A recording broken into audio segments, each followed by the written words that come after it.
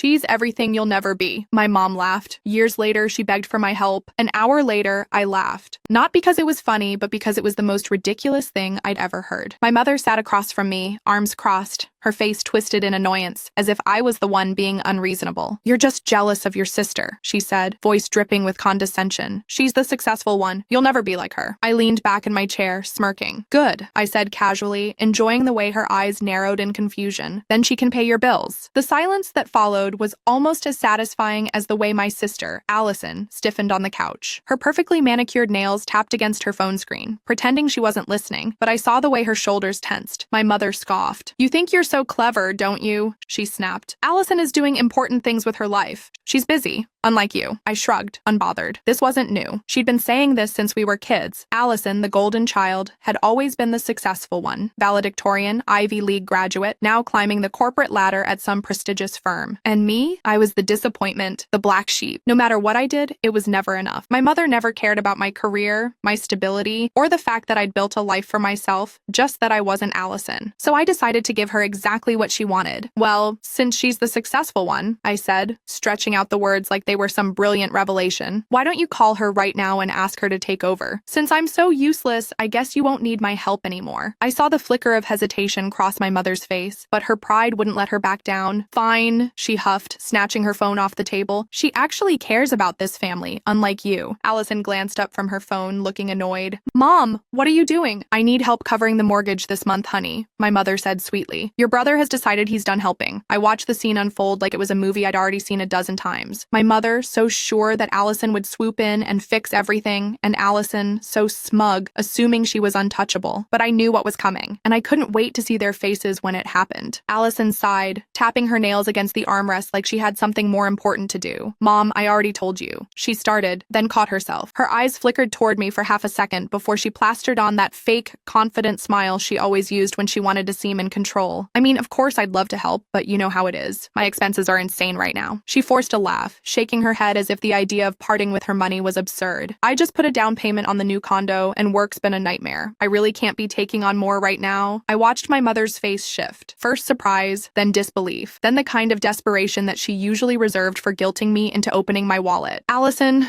she said, her voice suddenly softer, almost pleading. "Sweetheart, I wouldn't ask if it wasn't important. The mortgage is coming up, and Mom, I said no." And just like that, the golden child showed her true colors. I leaned forward, resting my elbows on my knees. "Wait a minute, I thought Allison was the successful one." I turned to her, feigning confusion. "Shouldn't this be easy for you? What happened to all that big corporate money?" Allison shot me a glare, but I wasn't done. "Or is it possible," I continued, my voice light, casual, "that you're not as well off as you've been pretending to be?" Her jaw clenched. My mother, still caught between shock and panic, tried again. "You must have something saved up. You've always been good with money." "Mom, you don't understand," Allison snapped, and for the first time, there was real frustration in her voice. "Do you have any idea how much my life costs? The condo, the car payments, the credit cards. Do you think I have extra money just lying around?" There it was, the cracks in the perfect image. I sat back smiling to myself, because that was the thing about Allison. She was great at pretending, always flaunting the high life online, making it seem like she was untouchable, unstoppable. But I knew better. I knew she was drowning in debt, stretching herself thin just to keep up the illusion of success. And now she couldn't hide it anymore. My mother looked genuinely stunned. "But you always said." I said what I needed to say. Allison cut her off, irritation dripping from her voice. She stood up, grabbing her purse. "I don't have time for this. I have a meeting." She turned toward the door. But I wasn't done just yet. "So just to be clear," I said, raising my voice slightly, "you expect me, the failure, to keep paying for everything, while the successful one gets to walk away without a care in the world?" Allison didn't even turn around. "Grow up, Nathan," she muttered before stepping out the door and slamming it behind her. Silence. I turned back to my mother, who looked completely lost. It was the first time in my life I'd ever seen her at a loss for words. "Huh," I said, standing up and stretching. "Looks like you bet on the wrong horse, Mom." Her head snapped up, eyes blazing with anger. "This isn't funny, Nathan." But I just grinned, because for the first time in years, I was finally the one in control. My mother sat there, gripping her phone like she could somehow force Allison to call back. But she wouldn't. We both knew that. She didn't mean it. My mother muttered, more to herself than to me. "She's just stressed. She'll help once she calms down." I tilted my head. "Sure, maybe. Or maybe she's been using you just like you've been using me." Her eyes snapped to mine, furious. "Don't you dare." "What? Tell the truth?" I shrugged. "You made it clear I wasn't the favorite, Mom. That was fine. But you also made it clear I wasn't good enough. And now the good one just left you hanging." She clenched her jaw, her breathing uneven. I could see the gears turning, the slow realization that for once she had no one to bail her out. I let that moment sink in. Then I smiled. Well, good luck with that. And with that, I walked away, leaving her alone with the weight of her choices. I didn't make it 3 steps before my mother's voice shot through the room. Nathan, wait! I turned slowly, watching as she scrambled to her feet, her desperation now fully on display. You can't just walk away from this.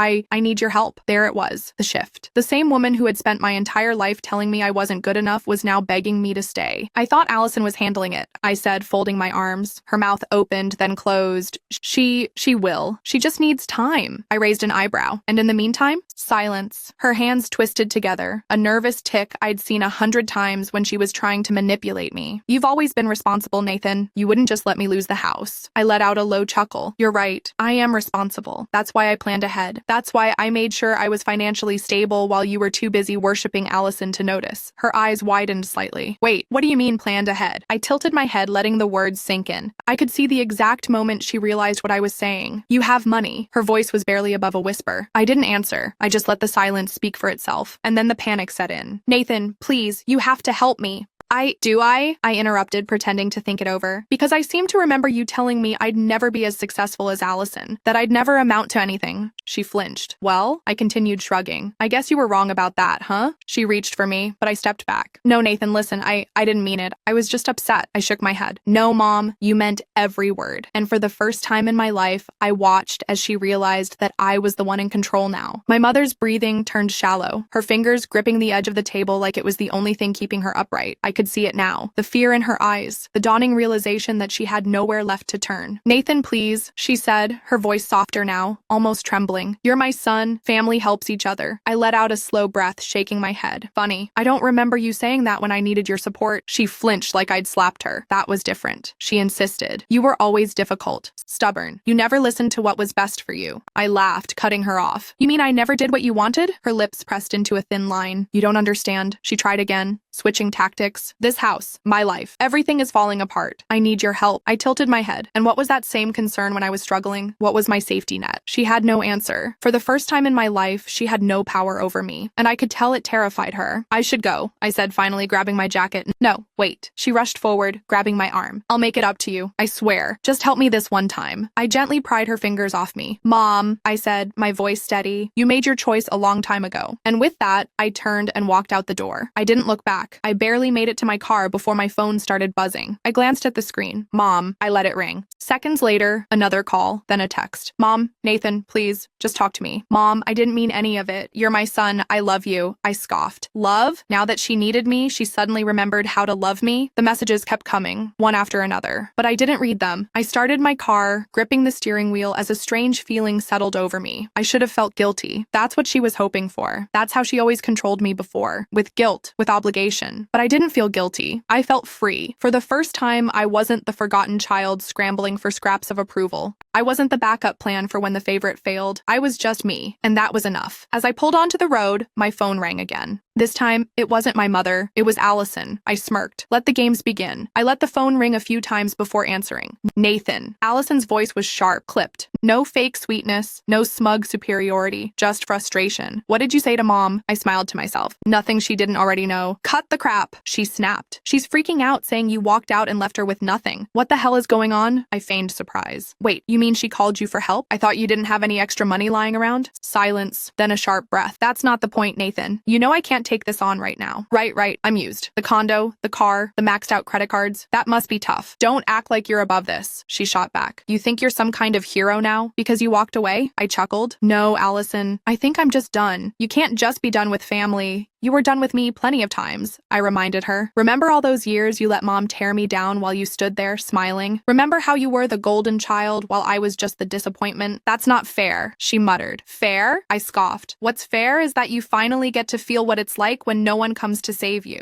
Her voice dropped, low and bitter. So that's what this is. Payback? No, I said simply. It's just reality catching up. Another pause. She's going to lose the house, Nathan, she said, quieter now. I leaned back in my seat. Yeah, she is. And you don't care? I thought about it for a second. No, I said honestly. Allison exhaled sharply. I could practically hear her nails tapping against her phone, that nervous tick she always had when things didn't go her way. You're really going to let this happen? She muttered. Yep, you're a click. I hung up before she could finish. Leaning back, I let out a long breath. For the first time, I wasn't the one scrambling. They were, and it felt good. For the next few days, I ignored every call, every text. At first, my mother stuck to guilt tripping. Nathan, I raised you. How can you do this to me? Then came the attempts at bargaining. I'll change, I swear. We can fix this. And finally, the anger. You're selfish, ungrateful. You'll regret this. But I didn't regret a thing. Allison, on the other hand, went radio silent. No doubt trying to come up with a way to spin this so she wouldn't have to deal with Mom's problems either. Then, on the 5th day, my doorbell rang. I knew before I even opened it. My mother stood on my doorstep, looking worse than I'd ever seen her. Her perfect posture was gone, her usually immaculate hair a mess. She had dark circles under her eyes, her lips pressed into a thin, frantic line. You weren't answering my calls, she said. I know, I replied, leaning casually against the doorframe. She hesitated, as if debating whether to throw a tantrum or beg. Her pride and desperation were at war. Nathan, please, I don't know what to do. There it was. The moment she realized that, for the first time, she had no control. That's not my problem anymore, I said simply. You can't just leave me like this. Her voice cracked. I can, and I did. Her expression twisted in frustration. What do you want from me? An apology?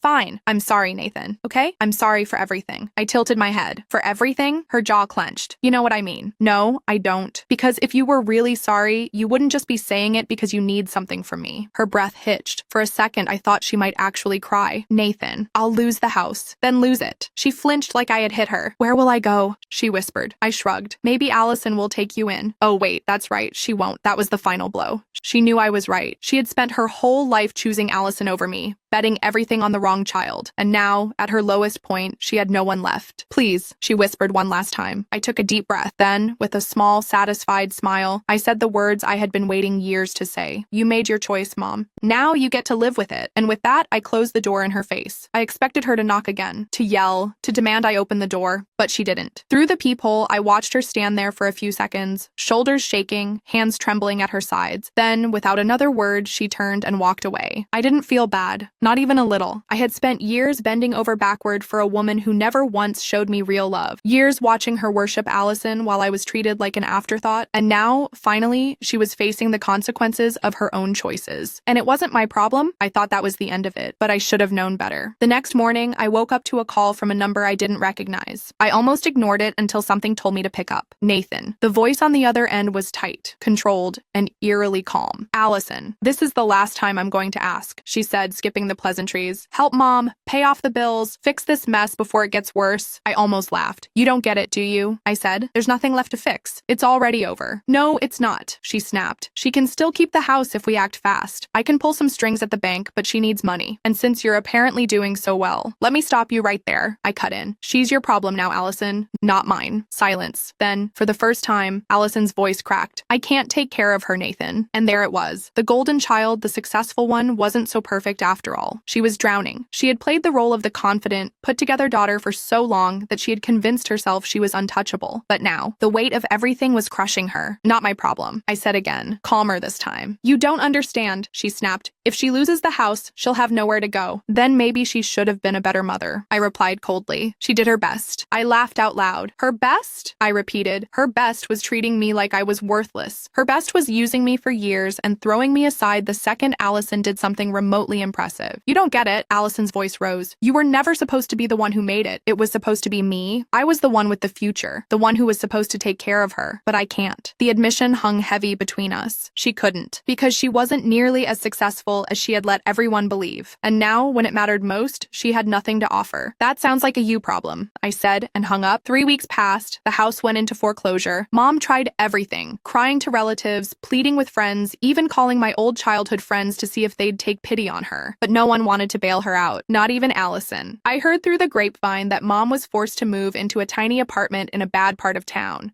No fancy house, no admiration from the family. She was alone, and Allison, she was barely holding it together. The debt was suffocating her. Her condo was on the verge of being repossessed, and her perfect life was nothing more than smoke and mirrors. Meanwhile, I was fine, more than fine. I thrived, and for the first time in my life, I felt completely, utterly free. It took a while for the phone calls to stop. At first, Mom tried to keep up appearances, acting like this was just a temporary setback. She told people she was downsizing, that she chose to sell the house because maintaining it was too much work. But the family knew the truth, and for the first time, no one was buying her lies. Allison, she went radio silent. No more smug phone calls, no more attempts to guilt me. She was too busy drowning in her own problems. And me, I was finally free. I didn't just move on. I thrived. I focused on myself, on my own goals, on living the life I had built without their approval or validation. I traveled. I made new friends. I enjoyed every dollar I had earned without worrying about it being drained away by people who never truly cared about me. And the best part, for the first time in my life, I didn't feel like I had to prove anything to anyone. No more competing with Allison. No more begging for scraps of affection from a woman who never saw me as good enough. I was done. And as I sat in my new apartment, sipping a drink and enjoying the silence, I realized something. I hadn't lost the family. I had escaped one, and I had won.